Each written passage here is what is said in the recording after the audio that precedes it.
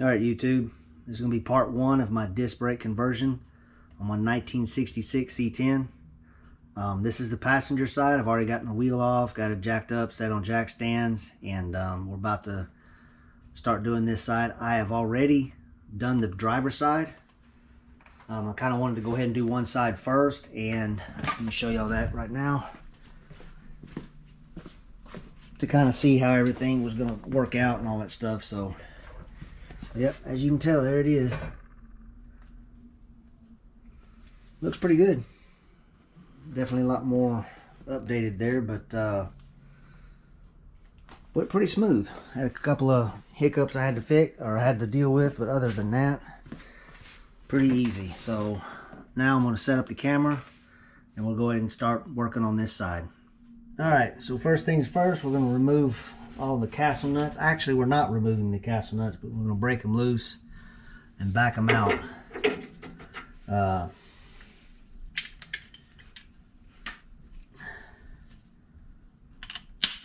You don't want to take them completely loose.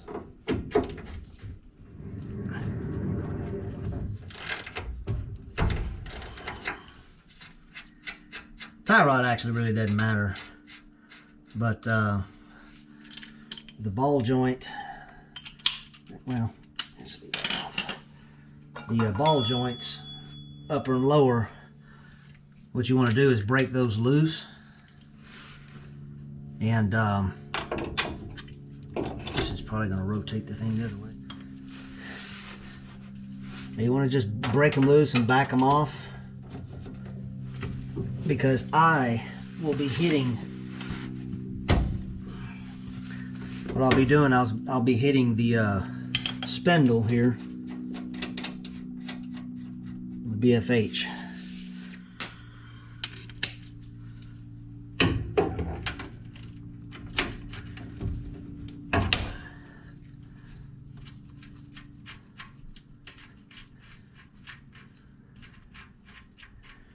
These things are tight. This is just a this is a 2-foot ratchet from Snap-on, so makes it look effortless with that thing. Got a lot of leverage. So just back that nut off, leave a little bit of gap. That way when you see that little spot right there on the spindle, you can hit that. Along with down here, you'll have to take this tie rod, whatever this thing is right there. So let's set that back up. Well, I had a little brain fart. You're supposed to hit the spindle with the tie rod in, and I wasn't paying attention. I hit the tie rod in, so I bent the deal. Kind of embarrassed right now, but hey, we're all human, we make mistakes. Anyways, I got the tie rod in, so we're going to go ahead and hit the spindle to remove the disc, the drum brake spindle. We're going to go ahead and hit the spindle in the right spot this time. Yeah, it's just one of those things. You just kind of make a mistake and it's too late. So, all right, it's not so glary. And what you could do right here, if you wanted to, you could clean that up, put a piece of masking tape that says 2020 and beat the hell out of it, because that's what this weird needs to be. Beat the hell out of. All right, here we go. Right here, it even got a little smacking pad for you. Let's stand up and do this.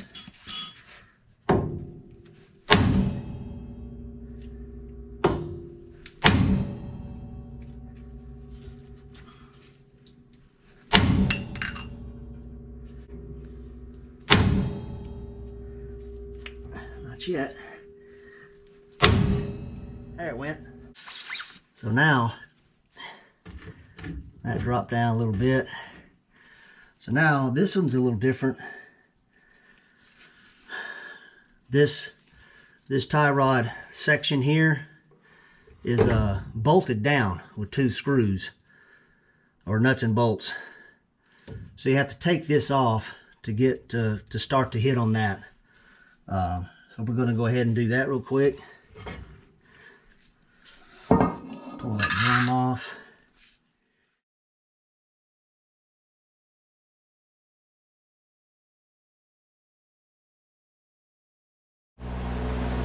Alright, so we got that off.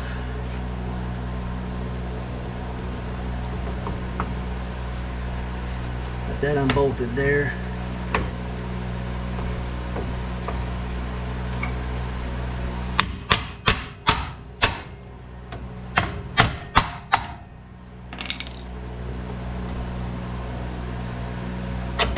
There we go. So what it looks like it's kind of a, it's got a, this is a stop. On the original control arms there's a bump stop there, and this little tabs hits that, so it's like a steering stop. Now that that's out of the way, all right, now you get a better shot of what I'm talking about. That's kind of where you want to hit your hammer, right up in this area. So let's get after it. All right.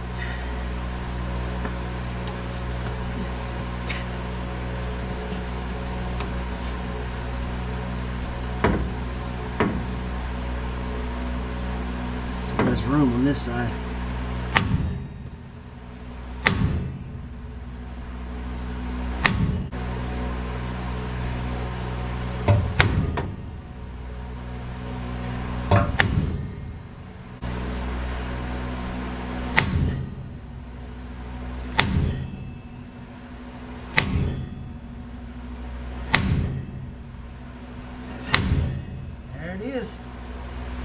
There it is, guys. Whew. Yeah, you will bugger up the spindle, but since we're not using any of this crap, who cares? Alright, so now we got that done. All we gotta do now is just disconnect this brake line. Alright, guys. Got the camera moved. Got the brake lines. I've actually replaced these lines a while back for some reason. I think I was changing these rubber lines, and these were rusted up really bad, so I had some made. So they should come apart pretty easy. The other side did. Let's see. That's 5/8. Oh yeah. You may not get that lucky if you got the original stuff on yours, but I'll just use all that stuff. I'll just save this for a rainy day. Alright. I just gotta pull this clip off.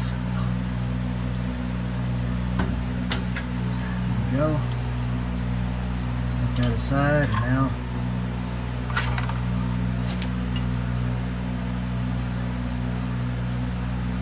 what I like to do, I like to save stuff like this. You never know, it comes in handy. Just save this kind of stuff when you buy certain parts. Now all you gotta do, instead of that thing just dripping, use this one. There we go, that's better. It fits a little bit better. Alright, so now that's done. Now we can take this off.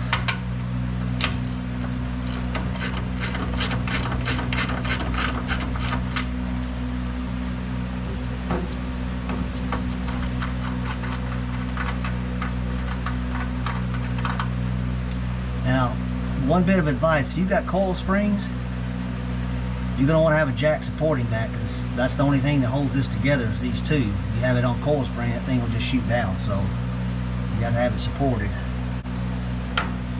Alright. Now, they make a tie rod and ball joint separator. If this is all original, or if you're about to rebuild your whole front end, then you can use that instead of beating on the spindle. That way you don't damage the spindle. Especially on like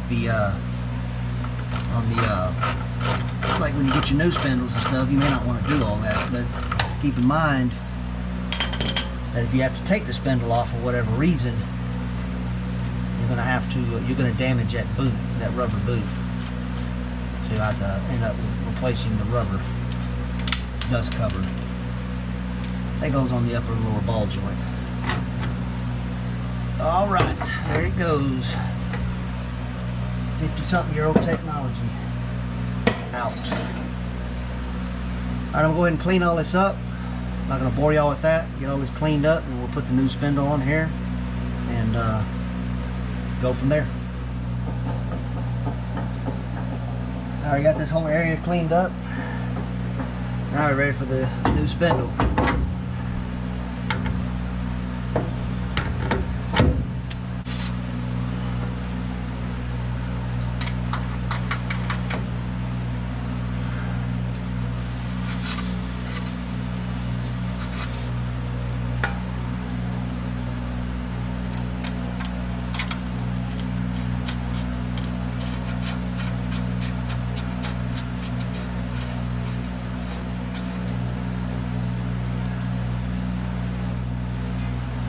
Alright, now all we gotta do is start tightening up these nuts. These nuts. We gotta tighten them up.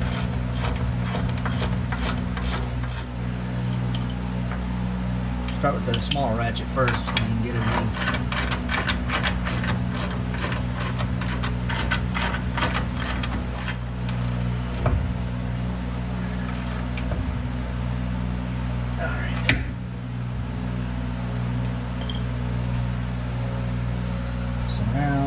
Go to the big 2-footer.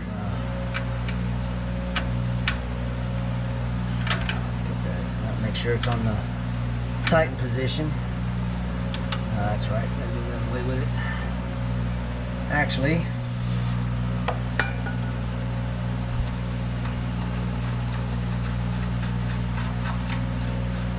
you know, mess this tie rod in. It keeps. I can use the steering for it.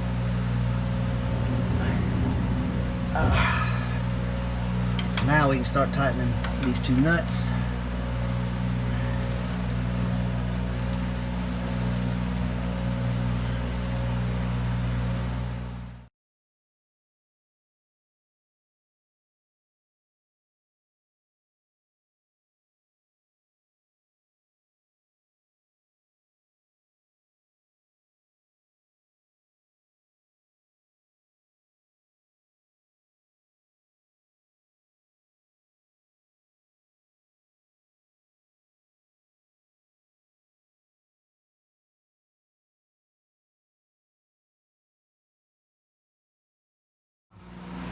So now we're ready for the caliper bracket. I don't know if you can tell, it has kind of a bend to it. Well, I noticed when I was doing the other side that the bend goes towards the wheel. So it'll go like that. Nope, wrong way. So it kind of has that slight bend. That faces towards you, or towards the wheel.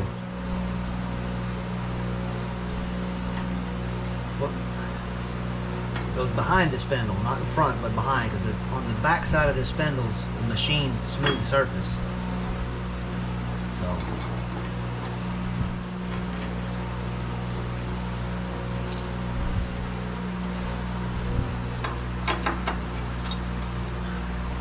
I think what I'm going to do right now, I'm just putting it together. I want to get the wheels on it and see how much lower it sets in the front. I'm thinking the tire is going to be hitting the fender well when it's aired out. So I want to see that. But I think I'm going to take each bolt back out and put a little blue Loctite on it, just for insurance there. Because even though it comes with lock washers do break and lose their tension over time. So 15/16.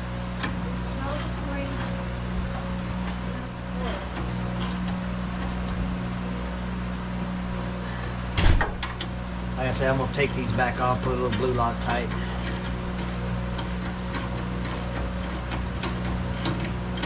Right now I'm just snugging them down so I can move on to the next step. And even with it all together, it's pretty easy to access the bolts. So, all right, there's the bracket there. Got the bend facing towards me, towards the wheel. Now let's do the let's go ahead and pack the bearings with grease and get them in. All right, so now we're going to pack these bearings with grease. What I generally like to do is kind of keeps your hands clean. You can use a needle point on a grease gun and just kind of get in between the needles. A couple of squirts. And you'll actually see it push out the other end.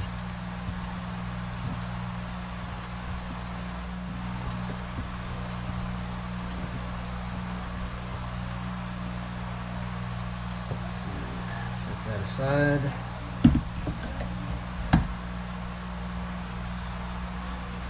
Show y'all real quick what I'm talking about.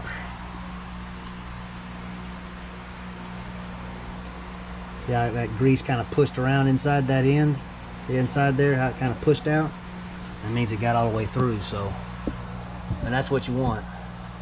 You can't do the traditional way, which you take a glob of grease, put it in the palm of your hand, and just kind of push the bearing in there like this. Actually, I may do that one, show y'all how to do it with that one. So yeah, take all that extra grease, just stick that in your race.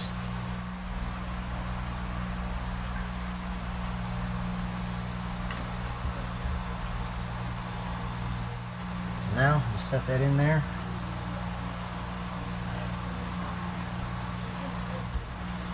It comes with the new seal.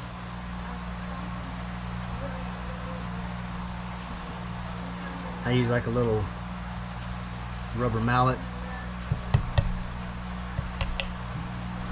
Kind of tricky to get it going. Don't get too crazy hammering it. Just kind of just give it some till it gets going. Just gentle love taps. Love tap till it's all the way in there. All right.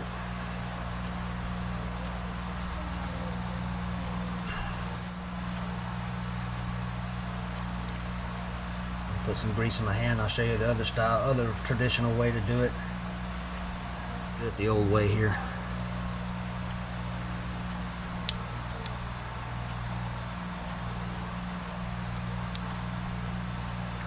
See how I'm starting to push that grease up? Get that camera, there you go. See how it's starting to push that grease up in there? And that's what you want to achieve.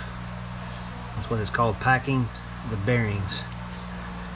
Get all the grease up. I'm gonna go ahead and do it the other way, but that just shows you can do it both ways. In case you don't have a needle grease gun fitting, you don't have to go run out to the store and go get one. I thought that was neat. It's got the CPP already in the logo stamped right in there in the dust cover. It's kind of cool. Yeah, don't waste all that grease. That's good. Pack that in the rotor there. I'm gonna go out on a limb and say you can never have too much grease in a wheel bearing.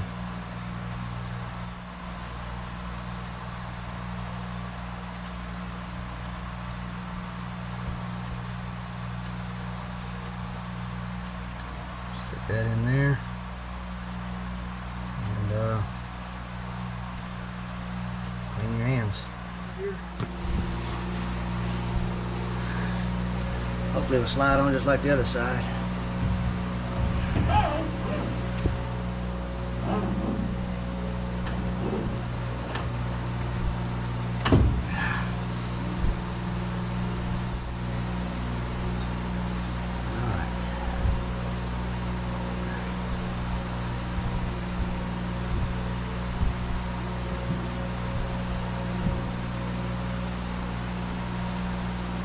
Too much grease in there, that's alright. It's better to have too much than not enough. Alright, now we're ready for that big socket I had. I grabbed the wrong one earlier. Castle nut on the thing is 1 1/16. What I like to do is like tighten it up kind of to where it almost don't even rotate. Kind of seat the bearings and the races and all that, and then I'll back off. You don't want it too tight.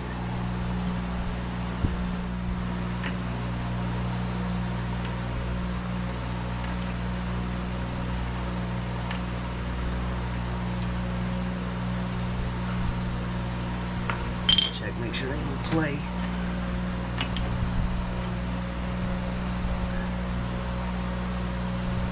See what that feels like.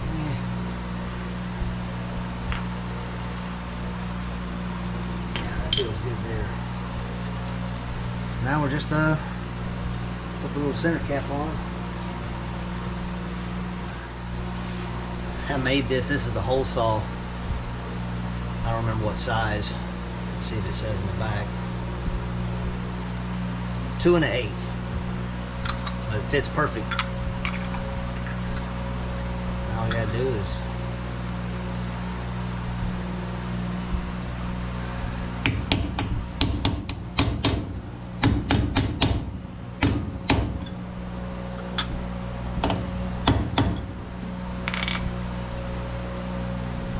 and I made another mistake. I did not put the cotter pin in it.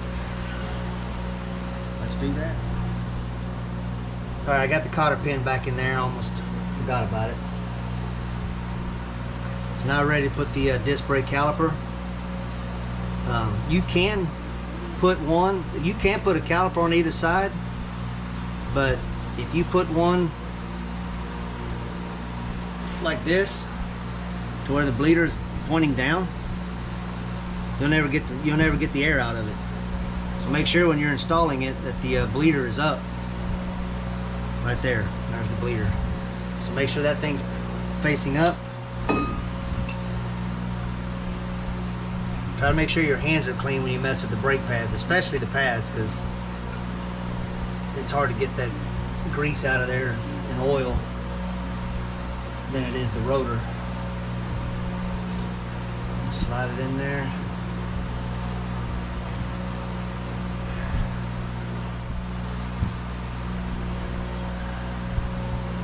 Just stick your Allen screws. Kind of hand start it first.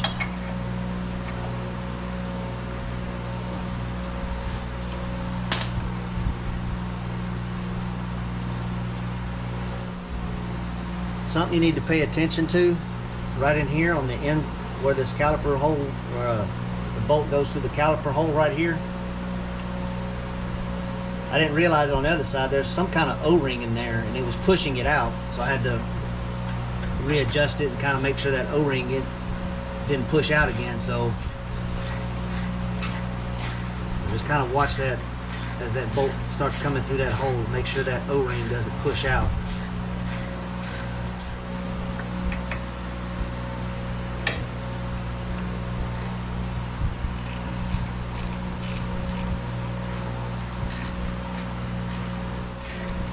Yeah, I dodged it this time. Didn't come out.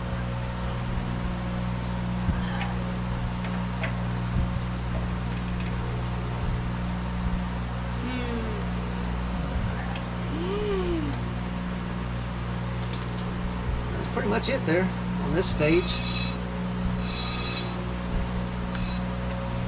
Get y'all a closer look. Alright. So now you better understand how this rotor is going to work. See how that bend kind of faces towards the rotor, towards the wheel. It centers everything perfectly. So yeah, it's good off in there. Get rid of that 50-year-old technology and upgrade. So yeah, make sure when you're putting your calipers on that the bleeder faces up, so that lets all the air out. So now that it's on drop spindles, what I want to do next is put the wheels on it, put it back on the ground and air it out. So I'm going to go do that and show you what that looks like. Alright there guys, there you go. It's aired out on the drop spindles. And it's It's right on the, let me turn the flashlight on. The tire's sitting right on it.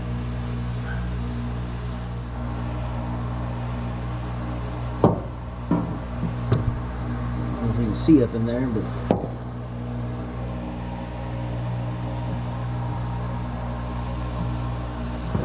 yep.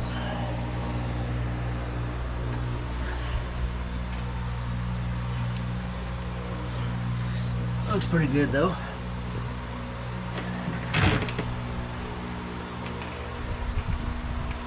Definitely causes the rear to be higher. We'll have to address that as soon as we're done with the disc brakes.